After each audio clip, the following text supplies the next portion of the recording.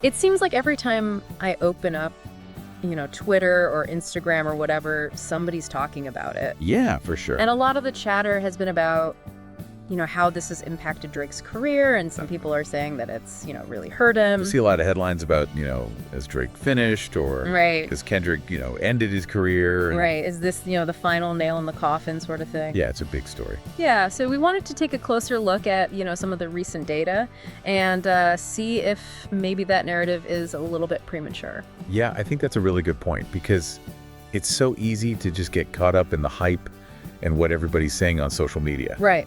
But the numbers tell a different story sometimes. Yeah, exactly. And I think that's why we're here, right? To kind of dig a little deeper. Absolutely. So one of the first things that jumped out to us was, some activity from Preme. Okay. Now, Preme is a rapper on OVO Sound, Right. which is Drake's label, of course. Mm-hmm.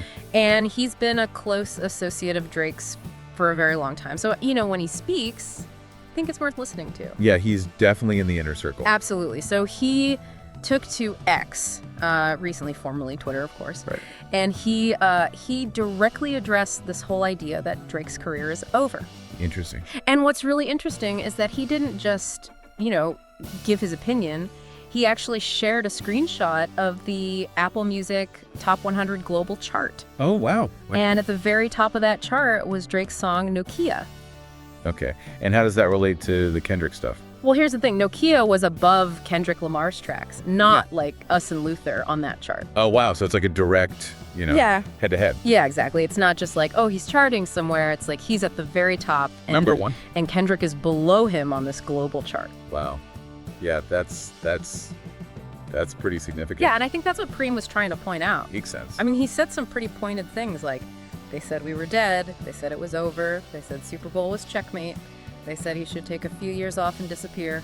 Wow. Okay, so really hitting back at those narratives directly. Yeah, he's like back on top even while beefing with the label, and it's only April. This why y'all hate the boy.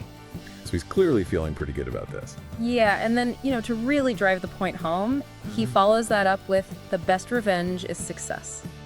Yeah, that's a statement. Yeah. So, I think it's pretty clear that he's trying to make a statement here. I mean, you don't share something like that without a purpose, right? Right. And for somebody who's that close to Drake to come out and say these things, It means something, yeah. I think it really suggests that they don't view this feud as having, been a fatal blow to his career. Right. It's like they're almost using it as fuel. Yeah, like, look, we're still here. We're still at the top of the charts, still winning. Yeah. Now, of course, we always want to be fair and balanced here. Absolutely. So we should also point out that while Nokia is #1 on the Apple Music Global chart, the picture on the Billboard Hot 100 is a little bit different. Okay, yeah, that's a different metric. Right. And on the Hot 100, Kendrick Lamar's Luther has been at #1 for 6 weeks in a row. Okay, so still very dominant. Yeah, and the Billboard chart, takes into account a wider range of factors. Not just streaming. Right, it's like sales and radio play as well, so it's a little bit more of a comprehensive picture. Yeah, for sure. And I think it's important to note that Kendrick's success isn't limited to just Luther either. Right. Not like Us and TV Off are both doing really well on the Hot 100 as well, consistently in the top 20. Yeah, so it's not just a one-hit wonder situation.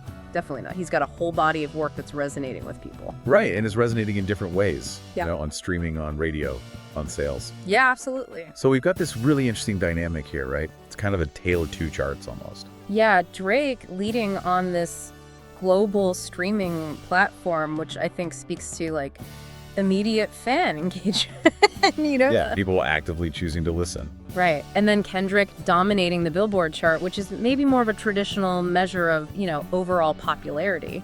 Yeah, and I think that raises a really interesting question about how we even define impact these days. Right. Like, is it about those immediate streaming numbers, or is it about that broader, more sustained Billboard success? Right. It really makes you think about, what are the different ways that we measure success in the music industry now? It's definitely not as straightforward as it used to be. No, it's not. And I think, if we look at Drake's commercial performance since this feud with Kendrick really started to heat up last year, it's probably fair to say that he's been on a bit of a downward trend. Yeah, I think you could make that argument looking at the overall trajectory. Right. But then you have this resurgence of Nokia. which is really interesting. Yeah. Exactly. It came out on the Home Exitong's For You project, which was a joint album with Party Next Door. Right. And it debuted at number 10 on the Hot 100, which is a great start. Yeah, definitely a strong showing. But then it fell out of the top 10 for a while, and now it's climbed all the way back up to number 7. Wow. Okay, so it's kind of had a second wind. Yeah, and I think the music video probably played a big role in that. That makes sense. Videos can be huge these days. Yeah, it came out fairly recently, and I think is a really strong video, so that probably helped to drive some more streams and maybe even get some radio play. Yeah, it's like another way to connect with people. Right, and it kind of reignites the interest in the song. Keeps it fresh. Yeah, exactly. And, you know, it's worth noting that Drake hasn't actually had a number 1 single on the Hot 100 since First Person Shooter back in 2023. Really? And that's interesting because... That was a while ago. It was, yeah. And, you know, First Person Shooter is widely considered to be the song that really kicked off this whole rivalry with Kendrick. Oh, wow. So it's like the origin point almost. Yeah, so if Nokia were to keep climbing and actually hit number 1, it would be kind of poetic in a way. it would be a huge moment, I think. A full circle thing. Yeah, and you know, going back to Preze for a second, Yeah. it's not like he's just some random guy, you know? Right. He's not just a fanboy. No, he's a rapper himself. He's had success in his own right. Yeah, I remember that song DNF. Yeah, with Drake and Future. Yeah, that was big. Yeah, so he knows the industry. He's been around for a while. He gets it. Yeah. And he's obviously still very close to Drake and invested in his success, so I think his comments carry some weight. For sure. So to sum it all up, we've got these really contrasting data points right now. Kind of a mixed bag. Yeah. Nokia is killing it on streaming globally. Number 1 worldwide, And Luther is holding strong on the Billboard chart. which is the more traditional US-centric measure. Right, so it's like, what does this tell us about who's really winning this feud? Yeah, that's the question, isn't it? And I think it's a question for all of us to consider, you know? For sure. Is it about streaming numbers? Is it about chart positions? Is it about something else entirely? It's about the long game, maybe? Yeah, maybe it's about the legacy and the cultural impact.